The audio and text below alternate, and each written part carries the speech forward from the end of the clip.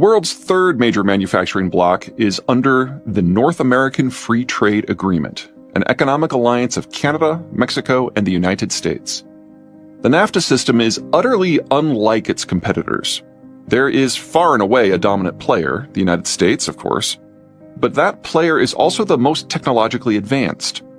Canada exists at a similar wage and tech level, so what integration exists is largely concentrated where Detroit, Michigan meets Windsor, Ontario, the core of the northern lobe of North American automotive manufacturing.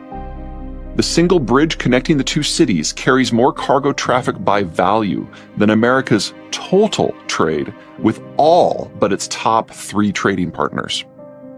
There are 2 bits of magic in the manufacturing of North America. The first is within the United States itself. America is a big place.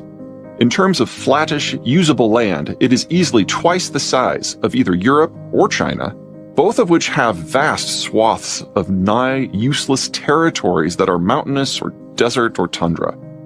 Both have built up about as large a population as they can manage, while the Americans could easily double their population and still have loads of spare land, which is precisely what's likely to happen by the end of the 21st century. America may not have the wage variation that exists throughout Asia and to a lesser degree in Europe, but it more than makes up for it with geographic variation. Different parts of the United States have wildly different costs for food, electricity, petroleum products, and land. Each region has its own unique characteristics.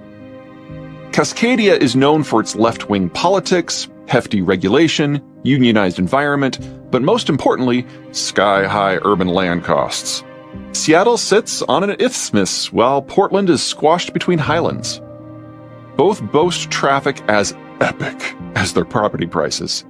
The only saving grace from a cost point of view is the region's cheap electricity.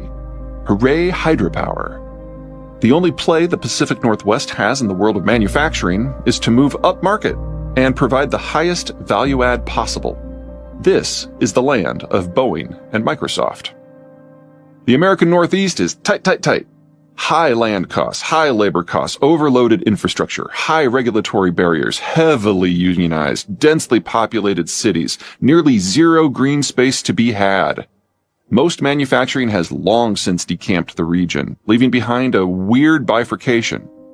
First are the legacy corporations that date back nearly to the country's industrialization, such as GE, Raytheon, and Thermo Fisher Scientific. None produce all that much locally, but corporate headquarters and intensive design work both call Massachusetts home. Second, what stuff is still built here has been shaped by ever-rising costs for siting, labor, and regulatory compliance. It is a merger of industry and brain work, biomedical, system controls, scientific instruments, aeronautical and navigational devices, electrical systems, and the design, final assembly, and refurbishment of a variety of aerospace, maritime, and naval hardware. Above all, the Northeast is where the training takes place for the brain work that drives all American manufacturing everywhere.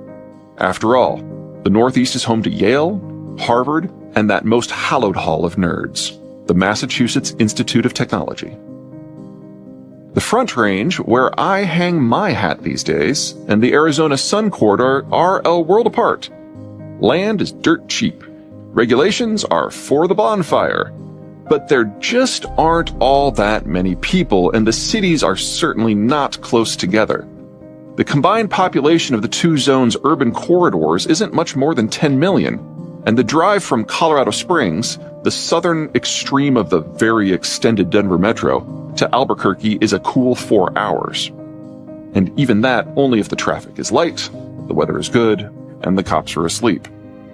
Between very limited economies of scale and high in-region transport costs, standard manufacturing supply chains are almost out of the question. The solution?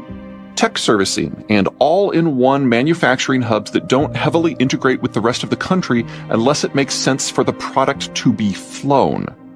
This is the corner of America getting into high-end semiconductor fabrication of the Japanese and Taiwanese style. The Gulf Coast is Energy Alley. Petroleum and natural gas are both produced and processed there. The shale revolution has so deluged the region in vast volumes of low-cost, high-quality hydrocarbons that the region is busy expanding its industrial plant to make not just intermediate products like propylene and methanol, but increasingly down-market products like safety glass, diapers, tires, nylon, plastics, and fertilizer. The biggest problem? Siting can be a bit of a bitch. Big refineries need maritime access and lots of space. Still, this region lucks out in two ways. First, the Texas coast sports an extensive chain of barrier islands that provide it with more shielded port potential than all of Asia. And the lower Mississippi in southern Louisiana isn't even remotely shabby either. Second, most American petrochemical facilities were built with lots of standoff distance. Working with large volumes of oil and natural gas at high temperatures can be dangerous work. At least some of that empty space can be converted and is being converted into yet more industrial capacity. A region that consistently surprises to the upside is the American Piedmont. Sub-average educational system, semi-rugged terrain that both increases transport and land costs while limiting opportunities for integration and economies of scale. Limited options for river transport. Doesn't feel like the South should be very successful. But the locals more than make up for the shortcomings with oppressively felonious levels of charm. Rather than wait for investors to come to them, Southerners venture out to potential investors the world over, typically bringing with them their delegation's combined body weight in bourbon to smooth over any cultural barriers. Fun fact, when hard-drinking American Southerners meet with equally hard-drinking Koreans, the result is one of those irresistible force, immovable object contests. Once the Southerners inebriate, land an investor, they then set to work back home to create the perfect customized business environment. Infrastructure is expanded, the workforce is exquisitely tailored not just for the investor's business, but for specific jobs. Tax laws are changed. And the Southerners do what they do best, make outsiders feel like they're part of the family. Embarrassingly little American investment drives the South. But foreign investment? Everywhere. The American South has become a playground for Germany's VW and Mercedes-Benz, Japan's Honda, Mazda, Nissan, and Toyota, Korea's Hyundai and Kia, and Sweden's Volvo. Even persnickety Airbus has facilities in Charleston, South Carolina, and Mobile, Alabama. Florida.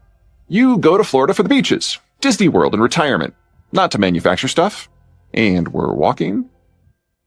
The Great Lakes region was once known as America's Steel Belt. A bit of canal work in the mid-1800s connected the Northeast to the Great Lakes and Greater Mississippi, making this region the greatest integrated manufacturing zone on the planet. For a time. During the Great Depression, the Americans adopted something known as the Jones Act, which forced any cargo shipped between any two American ports to use only vessels that were American-built, owned, captained, and crewed. That, put conservatively, increased the cost of water transport in the United States by a factor of 5. What made this region special and successful? Withered.